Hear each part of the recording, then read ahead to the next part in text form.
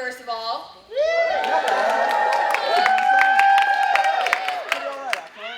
Alright, so this is the panel. I am no man.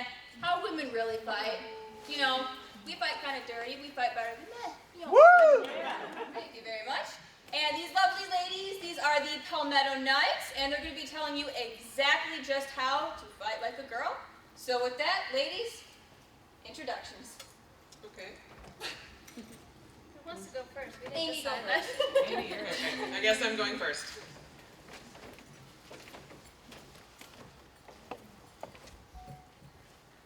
Bear with me, because I did write this on the plane out here, and I've had Mai Tais since then, so it will go rather interesting. Not today, just last night. So, my name is Amy Graham, and I always fight like a girl. I compete both domestically and internationally in a sport called full contact medieval combat, and I am the 2017 captain for the USA Broadswords, which is the first full USA team that will be competing in the Battle of the Nations World Championships overseas next year. Hopefully 2 of these ladies will also be on that team. I am a bowhurt fighter, which is a mass melee team style of fighting. My weapon of choice is a halberd, which is basically a giant axe head on the end of a 6-foot pole. I'm a brawler. I am not as skilled a swordswoman. I would rather punch you in the face and take you down than hit you with all the skill and the expertise. I am a girl who likes violence. And in today's society, that's not really considered a great thing. Boo. Exactly. I was brought up by a generation that was taught that women are the weaker sex. We are not athletic, that we do not participate in many sports, and we certainly don't fight. Children were seen and not heard, and little girls wore dresses and were the only ones that played with dolls, not swords. The ultimate criticism for someone's athletic ability would have been, you throw like a girl, you kick like a girl, you fight like a girl. And those words were never actually used as a positive, and it was never anything to be proud of. I'm also a girl that doesn't really listen to what society says. I am, and always will be, the proverbial fat girl. 12 years ago, I attended my first Dragon Con, so this is 12-year anniversary. I weighed over 450 pounds. I was an avid online gamer, and I hated exercise. The only way that you really could have ever gotten me to play racquetball would have been if you had actually tied a cupcake to that ball. Really, and it had to be a really good cupcake. But a little over 9 years ago, I had a gastric bypass and lost over 250 pounds and learned a lot about my body. Thank you. Definitely saved my life. In 2012, a group of 29 men traveled to Poland, and that actually changed my life. I was sitting in my desk at the University of Utah, I'm a marketing manager, watching friends who were fighting other countries with halberds, maces, swords, shields, and something awoke in me, and I don't know really what that was. I couldn't tell you, but I knew that this is what I was going to do with the rest of my life. It's weird. I was like, I can't be emotional, but I am. Sadly, at that time, women were still not allowed to compete in this sport on any level. And that was kind of a problem. This was going to be my destiny. But the USA, the competitors that went over from the USA told me that they would put together a women's team if we could get 6 competitors armored up and ready to fight. So I waited and hoped and tried putting armor together. Sandra and I both did. On May 31st, 2013, a message came down that the World Championships were going to allow women to compete for the very first time in 2014. So June 1st, 2013, I started training. and I haven't stopped. I captained the first ever USA Women's Melee team in Belmonte, Spain, along with Sandra, who fought with us, and we brought home the gold medal for the USA. Woo!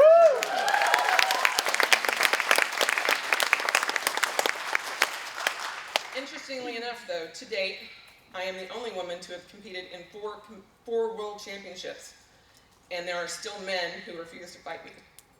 Yeah. Chickens! Yeah. There are actually men that refuse to train me because I'm a girl.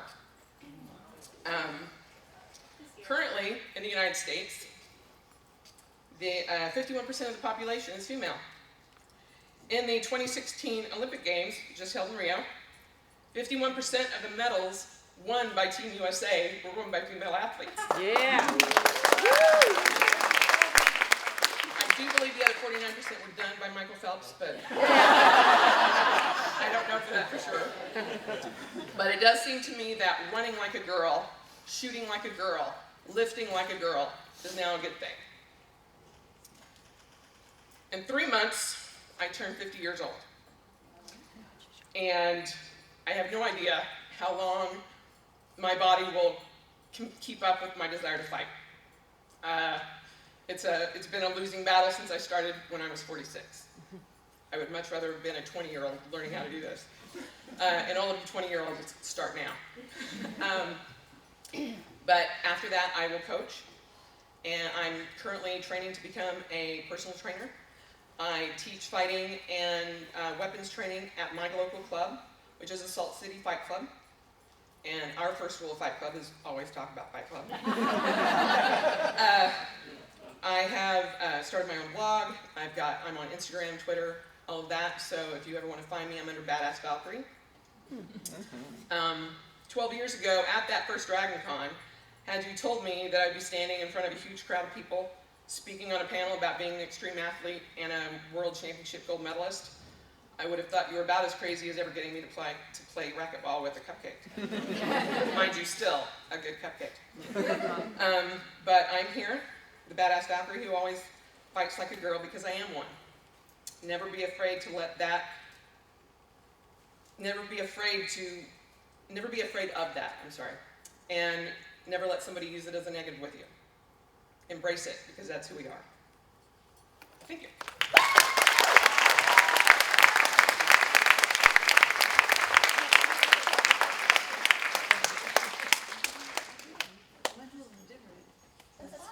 No, go ahead. Down the line. Don't fight about it. To follow that. Hi guys, I'm Kristen Brumley. I don't do what they do. So that makes this a little bit different. I do HEMA, which is the Historical European Martial Arts. We don't wear the full plate mail.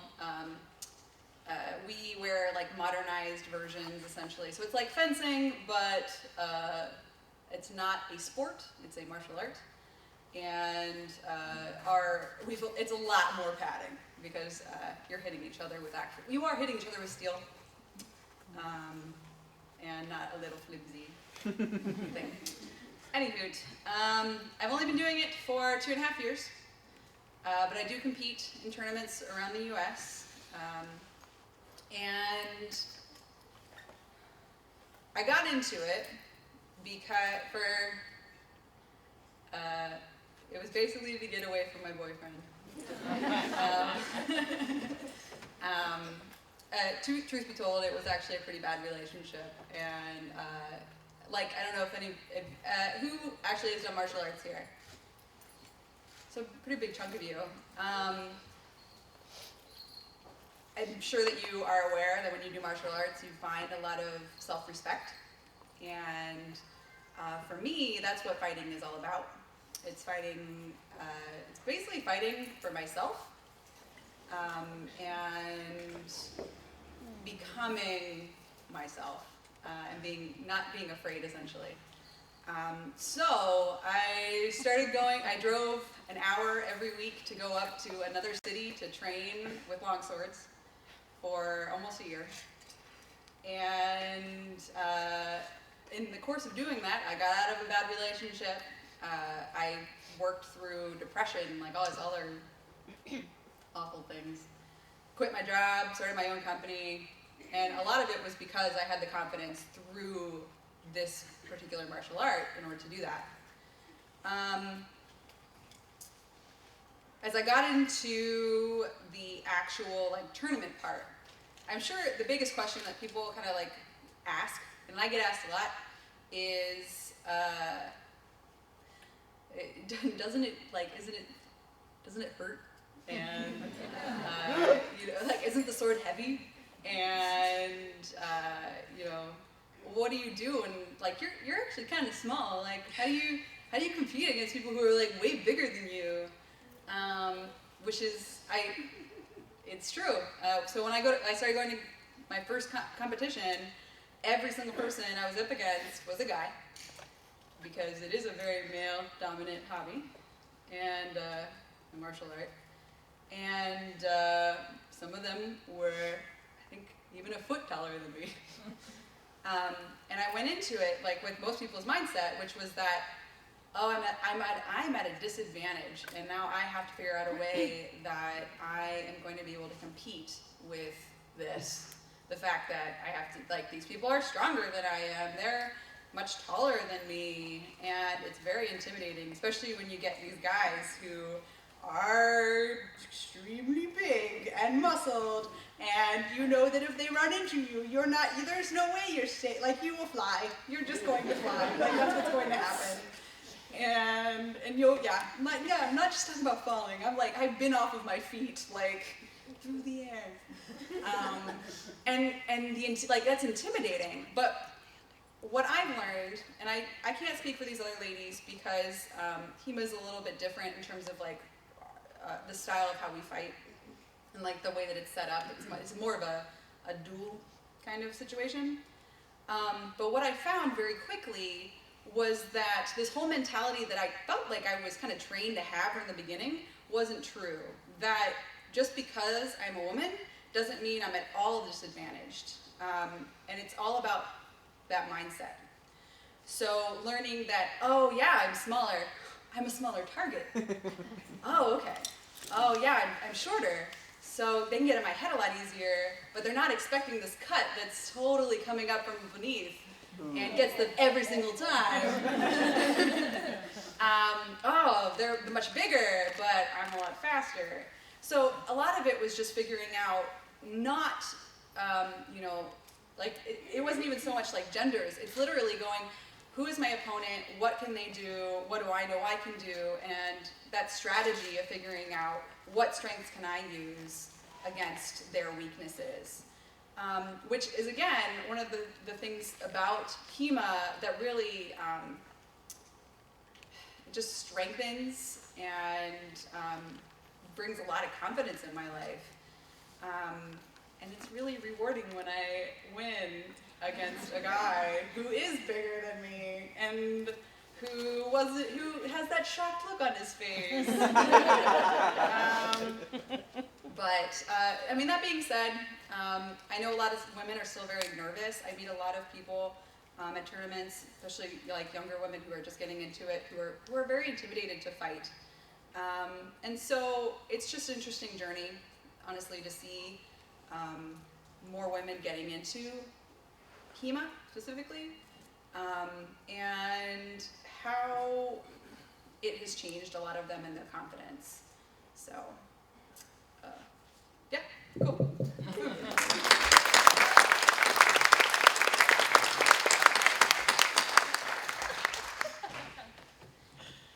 Hi, I'm Sandra Lanese.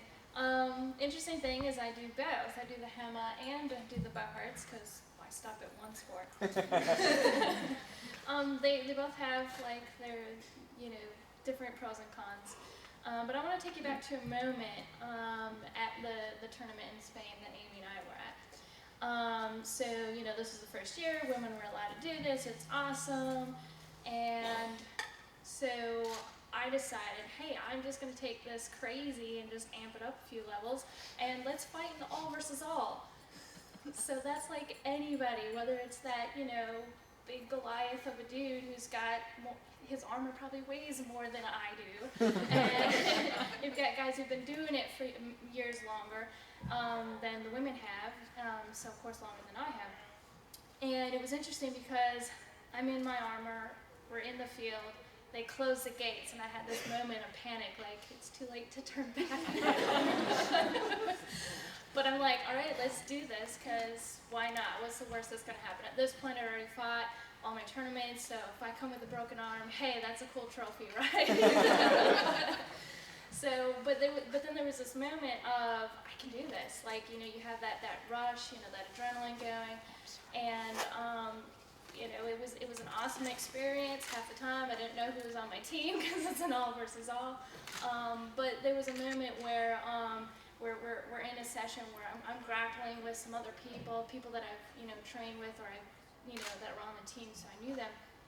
And then all of a sudden we fall over, like, you know, like 10 to 15 people, just one big monkey pile, which is interesting when you've got all this steel armor on, which you've seen that in the Armory. And then I had this moment while I'm on the ground, pinned, I can't go anywhere, and I'm like, well, I'm not hurting and I can breathe, so I'll just stay here. So armor does work. But the interesting thing was later, when we were back, you know, having a couple beers, whatever, and talking, and I remember some of my teammates, and they were like, holy crap, I was grappling you? I was like, yes, you were. So there was that moment where, you know, when you put all that on, you're kind of, you know, they don't know they're fighting a girl, so it's interesting to be able to be in that situation, and then later they're like, holy crap, because I actually stood my own. I was able to be out there, and they didn't know it. So, because you will find times, and they could probably say it too, where we do fight a guy and they might hold back, they're like, I don't want to hurt a girl, and it's like, you know, whatever, because eventually we're going to hurt them and they're going to have to fight back, so. So, but a little more about me. Like I said, I do the bow hurts, I do the full steel fighting.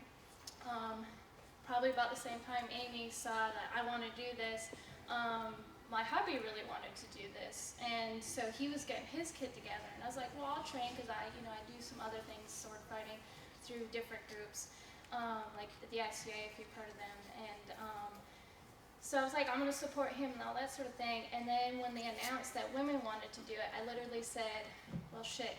And my hubby goes, you want to do this now, don't you?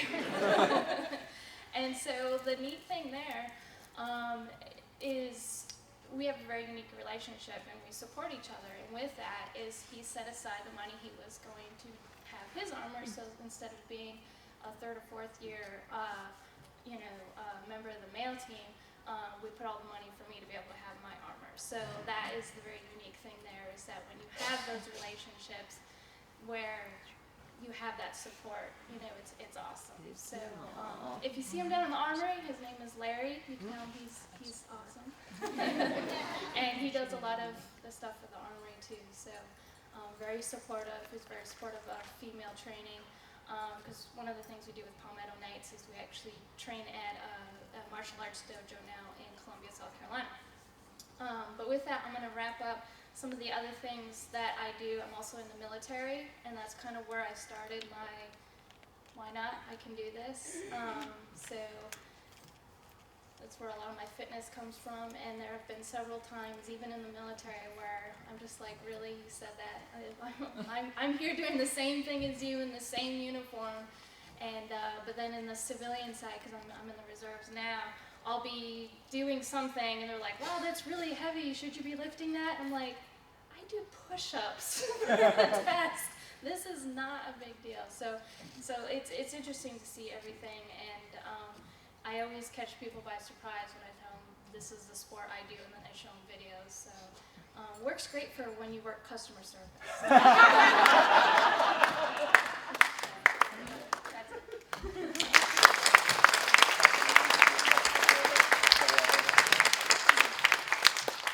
Hi, I'm Christine Napolitano Shapiro. I just started about a year ago, just over a year ago. Like Sandra, I do the HEMA and the steel fighting. I'm a little more focused on the steel fighting. But I just want to talk about how I got into the sport. I was at a con in Colombia and walked in. There's a Japanese fighting panel, and ended up talking to her husband Larry. And next panel I go to, there they are again. Every single panel I went to that weekend was the Palmetto Knights. And by the end of the weekend, I was like, okay, I gotta do this. So trained with them for about a month. Came to Dragon Con, we were hanging out. Sandra couldn't fight that year, and they were like, hey, do you want to do this? And I was like, yes. So got to put on Sandra's armor and fight for the first time after a month of practice. Fought Larry, actually beat him. It was the best thing ever. After walking off the field, I was just like, okay, so we're building my armor right now. It's been the most amazing journey. It's just so much fun. I mean, if you told me 10 years ago back in high school that I was going to be doing a sport, working out, I would be like, you're crazy. I read books, that's what I do. Like, I don't do any fitness, I don't run, none of that. To be able to get up here and do this and just, we always fight with the guys because in our group, Sandra and I are the only girls in our area, so we have to fight the guys. And, we all hold our own, and it's fantastic.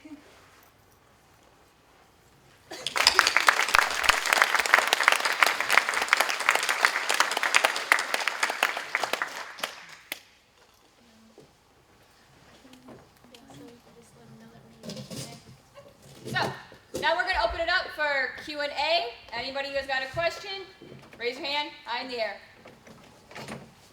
Nobody? Thank you. I saw a hand somewhere. Right there. Right in front. So you mentioned, okay. We do have a mic for you, so don't get scared.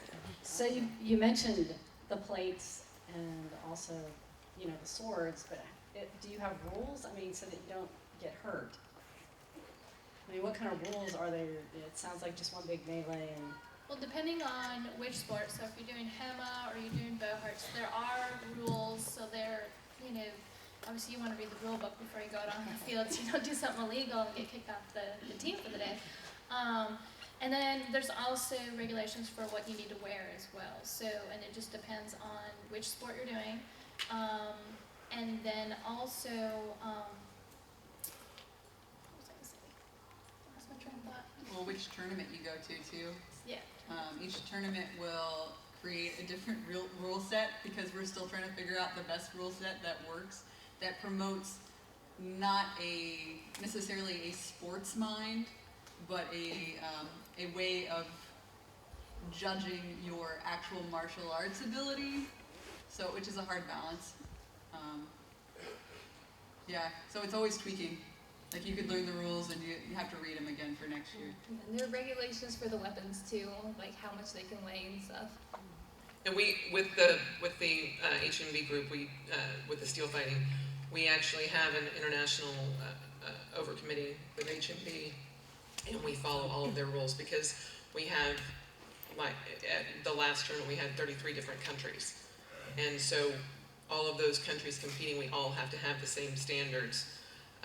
The U.S. actually has a higher armor and weapons, or armor standard than most other countries because we have access to better steel, better armoring techniques, that kind of thing. But otherwise, that we follow those rules very, very strictly. All right. Let's go this way.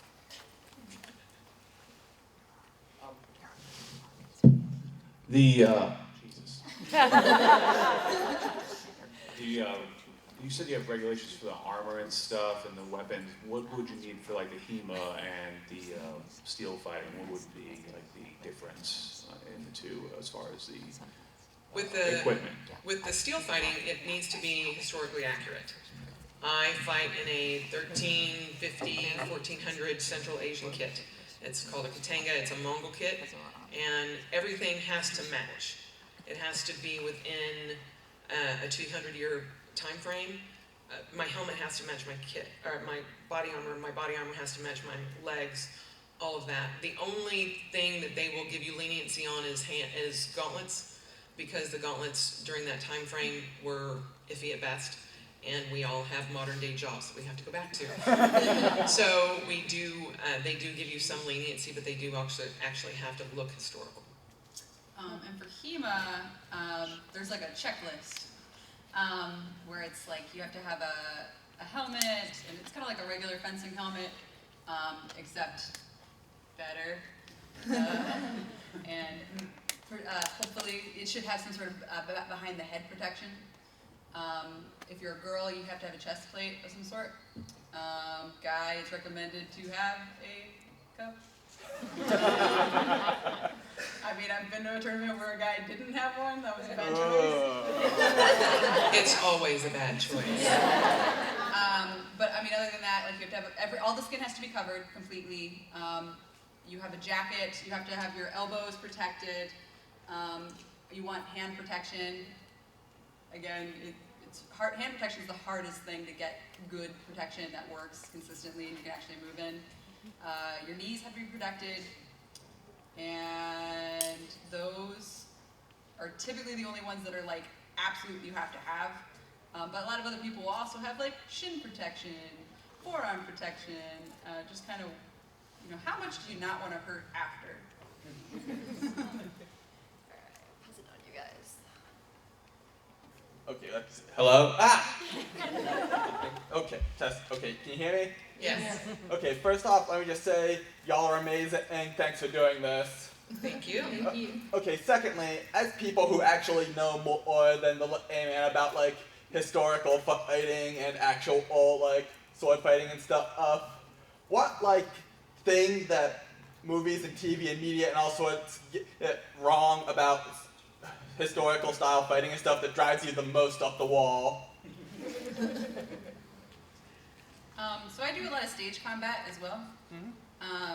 And I've had to learn the hard way that stage combat is not real fighting. It never will be. Mm-hmm. It never can be. Because real fighting doesn't look cool. It's true.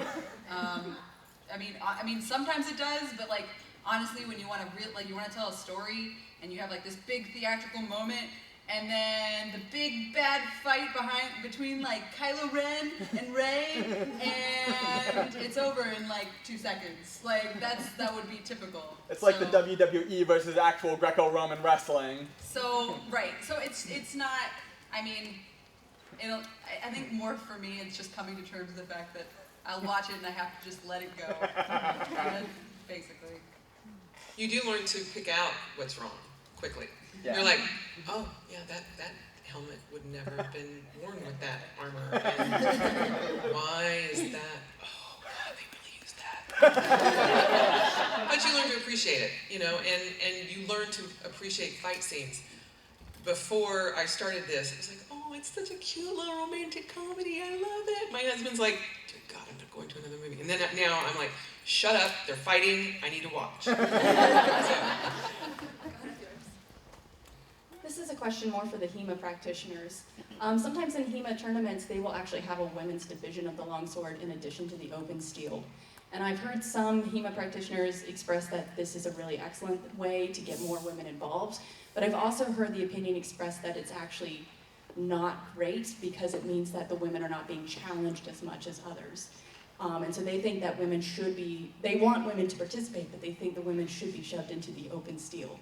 And it's actually just finally recently happened in the last 2 weeks, I think, that a woman did actually win an open steel HEMA competition. But I just wanted to ask, what do you guys think about that? Do you have opinions on should there be women's only divisions, or should women compete in the open steel? I mean, I have an opinion, but I've been talking a lot. Yeah, well, I mean, I think it's great because in my sense, it gets people out there.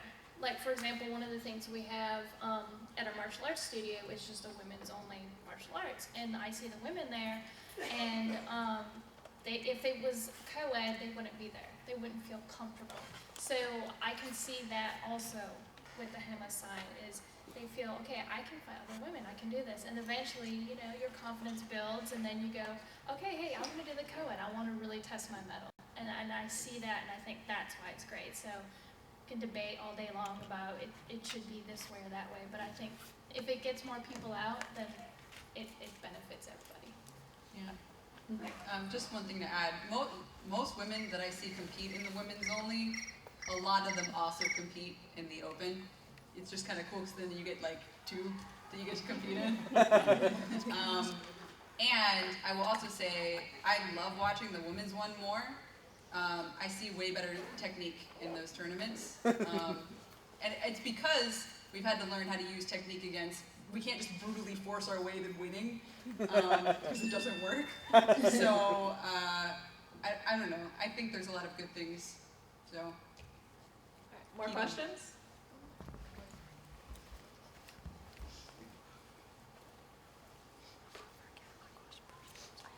I just know she was a Han, so, We know you shot first. Roughly how much does it cost to participate in these sports? a lot. It is not a cheap way to get in. I can, Sandra said that her husband, gave up his money for that. I literally am wearing my Harley.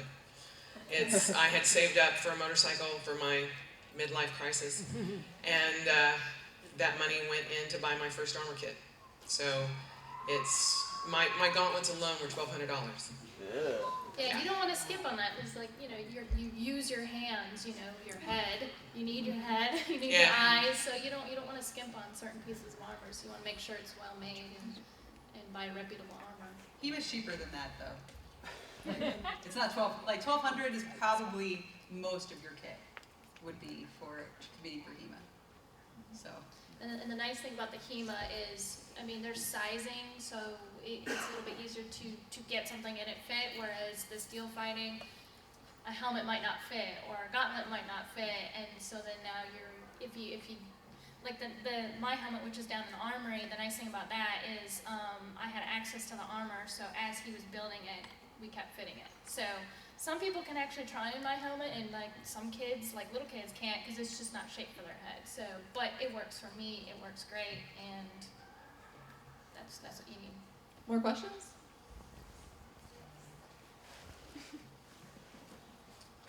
Hi, I recently joined the SCA, and I'm actually wondering if within your groups, is there any mounted combat? Any what? Mounted combat. I wish. There is actually, it's being put out on the table to bring in jousting into not just the Olympics, but to Battle of the Nations. We do actually have a handful of jousters that do steel fighting, but it's a very different type of combat, and I can tell you that I have a hard enough time running around my 200-pound body in armor. I never want to be mounted on top of a 2,000-pound animal that I cannot physically mind link with, going, please don't throw me. So it would be something that would just add into it, but it is being talked about. Okay, cool. At least for ours. It'd be kind of odd. It would be. Having never heard of any of these sports before coming to Dragon Con, how would you find, a list of what they are about? Because it's, sometimes you talk about weapons. I have no idea what you're talking about, with a particular weapon. So that's what I would like to know.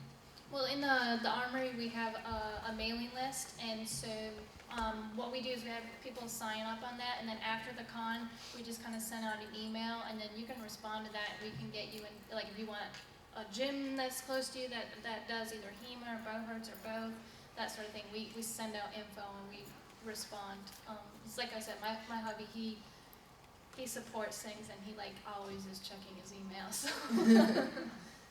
And if you want to, I'm Badass Valkyrie pretty much on everything out there, so I will gladly, lead you wherever you need to go. I've got business cards too, so if you need that, find me and I'll get you one. There's still many. I know that with mixed martial arts, there's sort of a movement to try to get that into the Olympics and to push it more mainstream, but there are a lot of guys or guys and gals, who wanted to sort of stay more combat oriented. Do you guys see a future where sort of your sport or sports could end up in the Olympics or some other sort of large scale mainstream sort of thing? And do you think that would be a good thing for its future? I know that with Battle of the Nations, it's picking up a lot of speed. And like I said, we had 33 countries competing last year. It usually is held overseas. For the first time this year in Springfield, Illinois on October 1st, that it's going to be the first major international tournament here in the U.S. And we were bringing in teams from Ukraine, from Russia, from Belarus, from Mexico, from Canada, and it will be the first international tournament held on the 1st through the 3rd of October, and I believe Sandra and Christine and I will all be there to fight, and we will be fighting with the men, and most of us. There are some, that's one thing with our group as well, you do have that choice. If you don't want to fight with the men, you don't have to, but if you are like me and prefer it, then you get to. So it's a good So there's win-win. a guy in the back there, his name's Rich. I've challenged him on Sunday, so if you want to see me beat him up. Yeah. Yeah. There you go.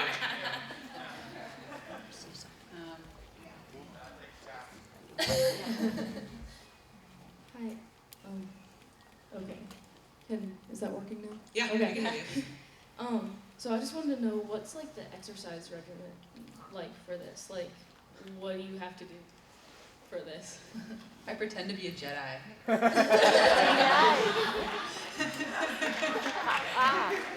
We totally do that too. We have the Ultra Sabers, and sometimes we'll break that out. I just pretend I'm Wonder Woman. Yeah, I mean, but actually, in all seriousness, like if you were training to be a Jedi, it's like all about quick movement and like burst of speed.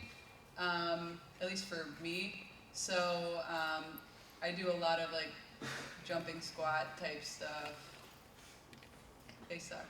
So you have like, you know, like Tabatas, if you've heard of that, hits, high impact, what's the other Interval. Yeah, interval training. Yeah. Strength in the interval Yeah, training. because the thing you find out really quick, because I mean I could run 6 miles if I wanted to, but that's not useful in this sport because I need to run fast for a short amount of time and then be able to fight and grapple and everything all in this short amount of time. Same thing with HEMA. You have like, you know, maybe a 30-second window where you need to be your A game and then you're done until like your next fight. So that's definitely where we put that, is that short, quick, intense workouts and then have that break in between. You need to build up an endurance to be able to keep at it for 3 minutes or whatever.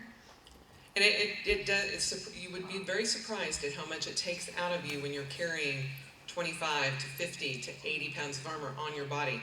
And I train a little bit differently than even Sandra and Christine because they have to be fast. I have to be able to take all the damage and to be able to keep 1 to 2 people occupied while they come in and snipe them from behind.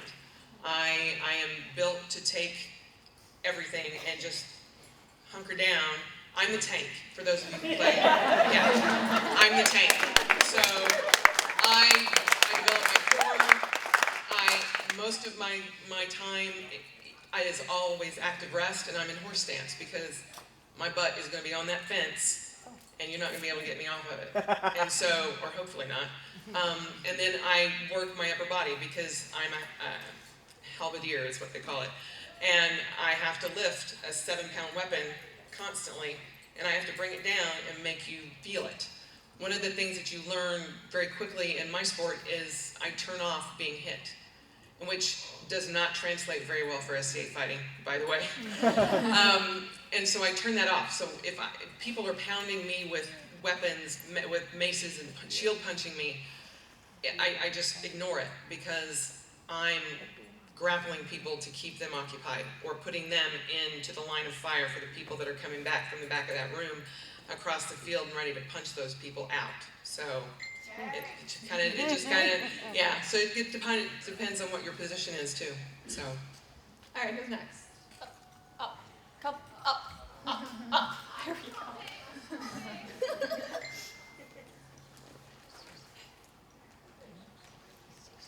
I had never heard of these sports before today, and I saw the panel, and I was like, that sounds cool. So I came, and this is awesome. I'm so excited. Is there a youth division? Because I know some 8-year-olds. I teach second grade, and when I come in on Tuesday back to work to tell them about Dragon Con, I think I know some girls who are going to be like, ooh. So I was just wondering. Or do you have to be an adult to start participating? You definitely have to be an adult for both sports. However, I have 2 little boys, a 9-year-old and an 11-year-old. And so what I do is I take a little PVC pipe, pull a noodle over it, duct tape it, and let them at it. I know that they actually are starting to do a youth combat in Battle of the Nations. I was walking through the encampment in Prague, and I'm like, there's this tiny little Eric, and I'm like, is this for midgets? Are we doing midget fighting now? Rocking! But not midgets. Well, I guess you could still call them midgets. But they're using the foam weapons, and they're developing weaponry and protection for kids to do this. And I know that in Springfield, the Black Swan, the club there, are actually developing a lot of the foam weapons because that's what we use to train as well. It costs you a lot of money to get into armor and to sit there and whack at it with steel swords every week. A lot of money to prepare. So we do a lot of our training with foam weapons, steel, martial arts. The synthetic swords. I'm sorry? The synthetic swords. Yeah, the synthetic swords, things like that that are used in martial arts. We use those to train as well. So it just kind of made sense that, yes, 8-year-olds want to fight. And I can tell you, walking that parade, and I get to hand my mace to little kids. Last year, I learned my lesson the hard way. I came off of the parade, and I had a hematoma right here. Because I hand him my mace, and I'm like, okay, you can only hit me right here. It would be surprising how hard little girls can hit. And I was like, come on, please don't hit me again. I'm going to take him out of back. Thanks.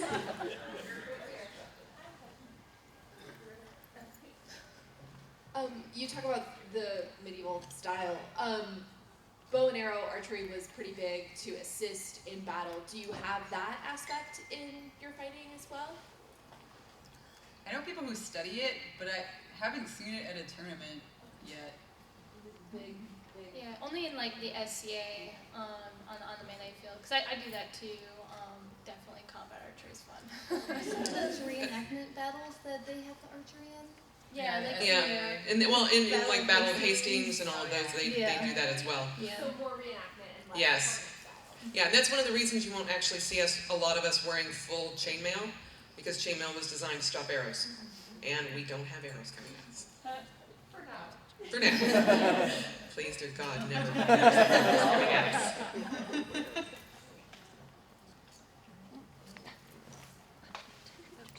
I totally want to steal your sunglasses, by the way.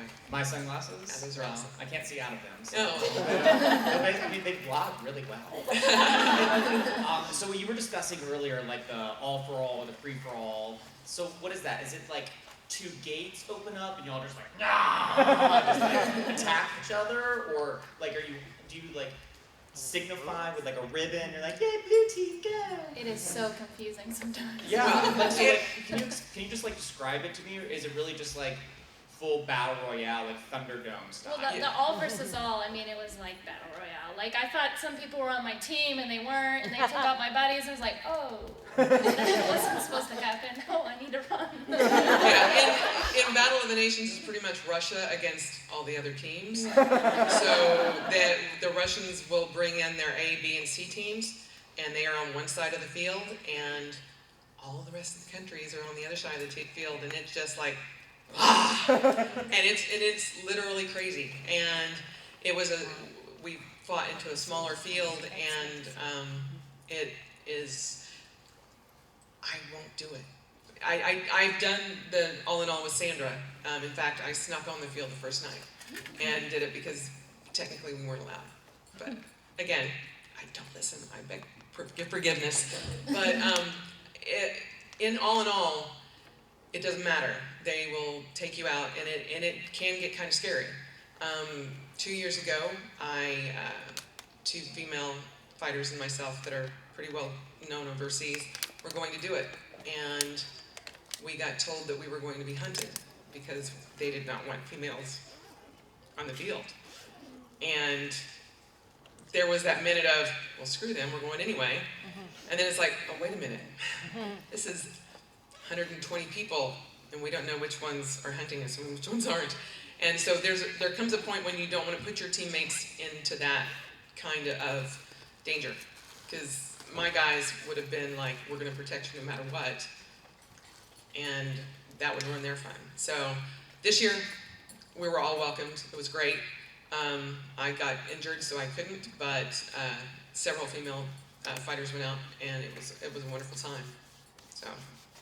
But we do have more other structures to the melee too. So like the men, they have the 21 versus 21, and so like you'll have a team tabard at the international competition. So hopefully you know what your colors look like, and the other guys don't have similar colors. But for the most part, you're able to tell. But there's 21. There's 10 versus 10, 5 versus 5, and then the women's melee is 3 versus 3. Until we can get our numbers built up. Yes, until we can go to 5 to 5. So we are recruiting for team shield matings. Yes.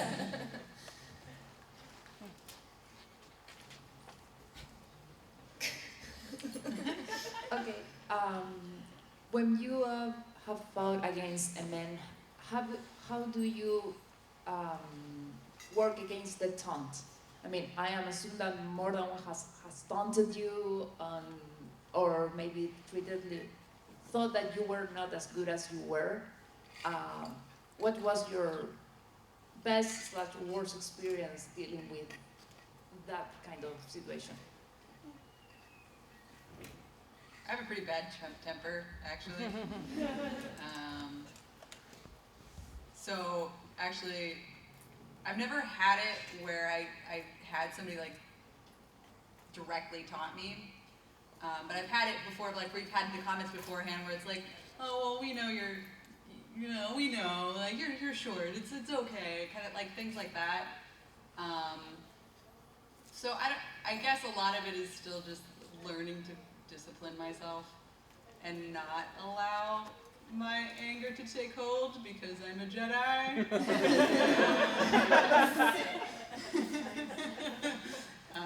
So I don't know. I think a lot of it's just like the mental part's the hardest part. I kind of go towards the pegging thing. I know my own value. That was like when I was watching the show. I was like, heck yeah, that's my mantra now. Because sometimes you can, like even me being in the military, you'll hear it. It's not going to go away. It's there even, in the civilian sector and jobs and different things. And it's just how you deal with that situation. I mean, you can confront it. You can choose your battles, or you can be like, I don't care. I know I can do what I can do, whether that's fighting or my job or whatever. And, somebody's going to see that talent, or, somebody's going to see, hey, I want to develop this talent, that sort of thing, and those are the people you look for. So I try not to concentrate on the negative too much, because for me at least it's not helpful. I mean, to a certain extent, proving people wrong is pretty awesome, but you don't want to get caught in a rut. And I definitely have got caught in a rut, but I just try to focus on the positive, the people who want to train us, who are there to be your brother or sister in arms.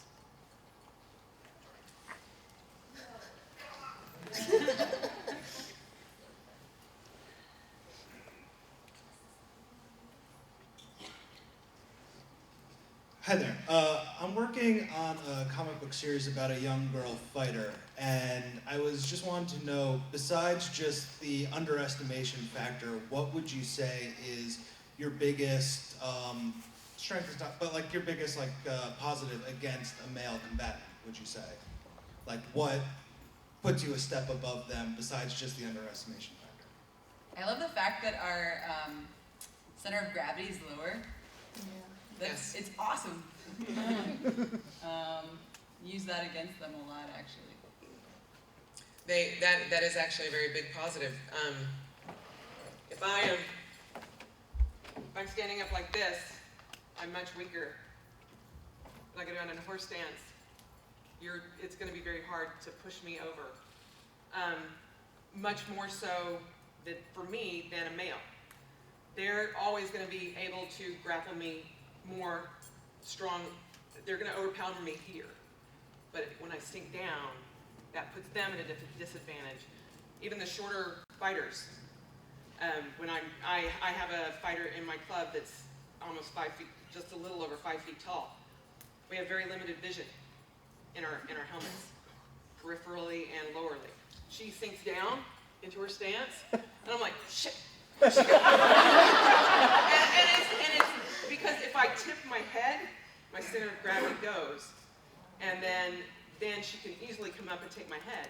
Or if somebody's behind me, push me over.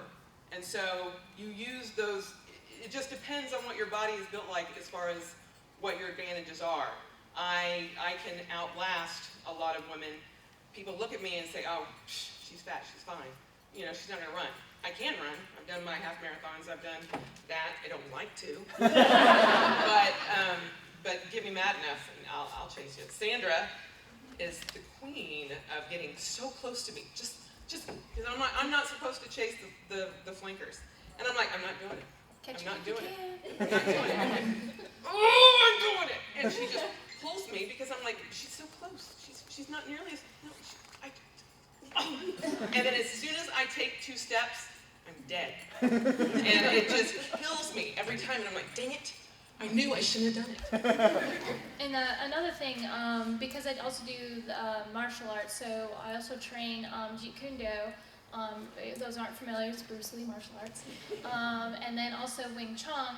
And what I love about that is even though I am small, it doesn't focus on the strength, it focuses on technique. So that's one thing, you know, even in the HEMA, so we can't do the brute force, whatever, I mean, but that forces us, but you could also say it allows us to concentrate more on the technique, whatever sport that is, and it's a longer, harder road because it's not as fast as, say, you know, beefing up and being very muscular. But once you get to that point, though, now the people who use that brute strength and everything are forced to go, oh man, I need to focus on technique. And by then, now they're having to do that slow, long road. And that's what I'm working on. Like I said, I'm a brawler. I would rather punch you in the face than get, you know, points. But going out, and you will see it tomorrow, or on Sunday, I'm sure, fighting Sandra and Christine, because they are more technically advanced than I am. But I can also punch the hell out of them. and I go to the brute force. And that surprises a lot of people, a lot of males. They don't expect me to do that, at least once.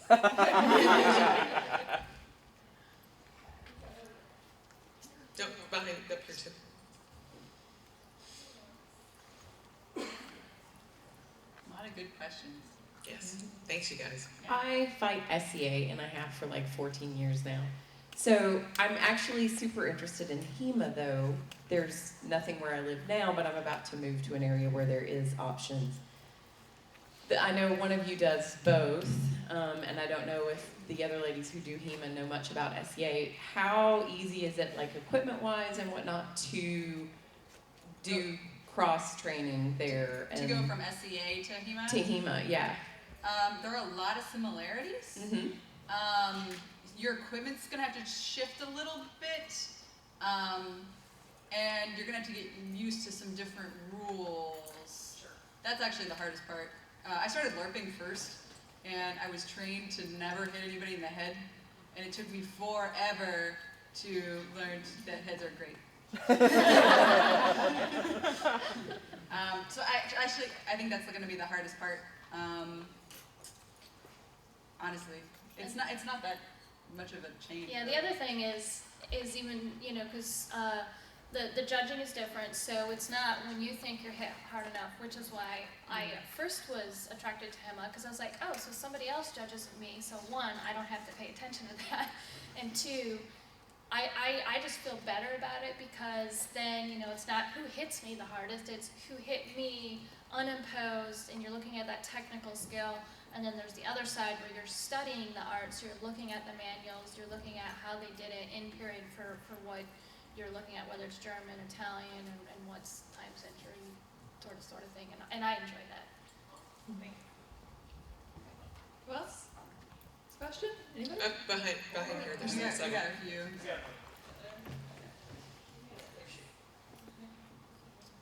It's a Baratheon. Yes. What is the most gruesome injury that you guys have witnessed? Or had? Or had?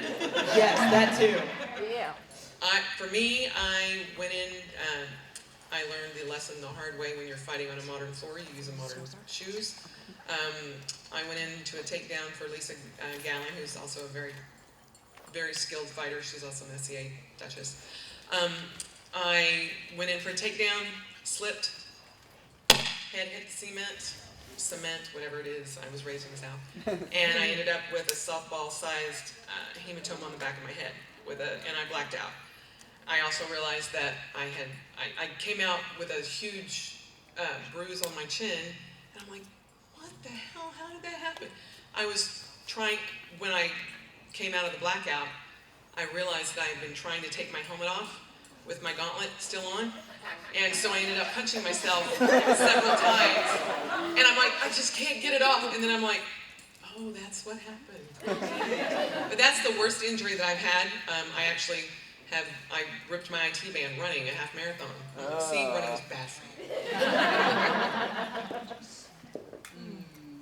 I mean, I've seen people who have actually like torn tendons or whatever in their, especially wrestling. We have a wrestling portion, and a lot of injuries happen there, just because it's so easy. I'm trying to think worst that I've seen. The worst that I've had was getting hit across the wrist last year, and I could not use my hand, and I was in the middle of the tournament. And they were like, I don't think it's broken, but if you hit it again, it will be. And I was like, well, wrap it up good. And they wrapped it up real tight with like an ice pack. They're like, okay. And I went back in and fought left-handed, and it was all very stupid. That's one thing that does happen. You get hit repeatedly in the head and you decide, I can do this. It's fine. Yeah. So one of the worst injuries I had was actually our first tournament that we had before going overseas. So it was the first time that actually all the 6 women were able to see each other and fight each other. And I had on some leg armor that had shifted, and I was fighting Lisa Golly, who even the guys don't like fighting her. She can hit like a steamroller. And she came around and hit just above my knee, but because my knee armor had shifted, I just had this like the deepest, blackest, purplest bruise I've ever had on my knee. Like I thought potentially there was some damage, but it was just a lot of bruising, and it took like over a month for all that to go away. So armor works when it works, and when it doesn't, it's not good. Yeah, that's usually what happens is when you have an armor failure is when most of the injuries occur. Mm-hmm. We had, this past season, a Polish girl was fighting another country, or France, and she had leaned forward and her chainmail had lifted up. Polish fighters are used to having their helmets connected to the breastplates in the back. So there's usually strapping there. Camilla went in, hit her once, and the chainmail flipped up, hit her twice on bare skin, went in, hit her a third time on bare skin, and she's like, I just couldn't stop. You kind of wonder sometimes, you're just like, But then again, there was a Polish girl that was strapped. The German and I were hitting her, and in fact, in the video, you can actually, every time my halberd came down, it left a dent deeper and deeper and deeper into her helmet. But she wasn't fighting back because she wasn't giving up. And so this is one of the difficulties in being a female fighter. I didn't necessarily go for the arm. Every one of my guy fighters are like, take the arm, take the arm, take the arm. That means take my halberd and literally hit right there on her arm. And I couldn't do it. But I sure as hell dented her helmet. But she lifted up, there was an open spot. I took the end of my halberd, and I'm like, oh, because I was so angry, and because she wouldn't give up. And I did it twice, and I went, oh, crap, that's illegal. And I'm like, oh, stop. I turned around, the judges are like, and I'm like, okay, because I thought they were going to sit me down, and I was like, okay, sweet, they did sit me down.